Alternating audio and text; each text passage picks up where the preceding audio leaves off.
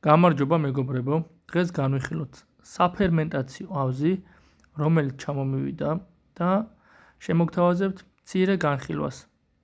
საკმაოდ კარგად იყო შეფუთული, შესაბამისად ნივთი ჩამოვიდა დაუზიანებელი. ეს არის გრავიტაციული მილაკი, რომელიც გვჭირდება საფერმენტაციო ავზიდან ბოთლებში ჩასხმის დროს. ის საკმაოდ გაგვიმარტივებს საქმეს. ასევე გვაქვს ონკანი, რომელიც უნდა დავმონტაჟოთ ჩვენს საფერმენტაციო ავზს.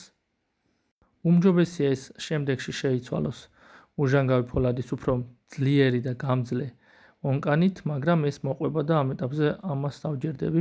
ეს არის აირლოქი და ეს კიდე ტემპერატურის გასაზომი სენსორებია, რომლებსაც მივაწებებ ჩვენ საფერმენტაციო ავზს. თვითონ ავზი, რა თქმა უნდა, აკმაყოფილებს სტანდარტებს, რომ ის გამოვიყენოთ საკვებისთვის, ანუ ამ შემთხვევაში სითხეებისთვის. ქვემოთ აქვს ჩაღრმავება, რაც ძალიან კარგია ლურდის ფერმენტაციის დროს, რომ ლექი დაილექოს კარგად. წარმოებელი გვეუბნება არის 28 ლიტრიანი, მაგრამ რეალურად 26 ლიტრი ჩადის იდეალურად.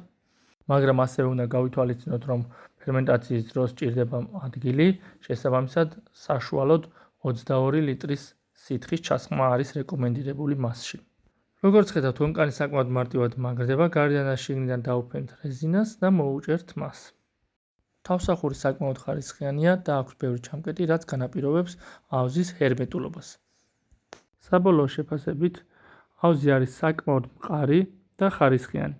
ამ ყველაფერში გადავიხადე $24 ადგილზე, პლუს ჩამოტანა 45 ლარი სახმელეთო გზით ჩინეთიდან.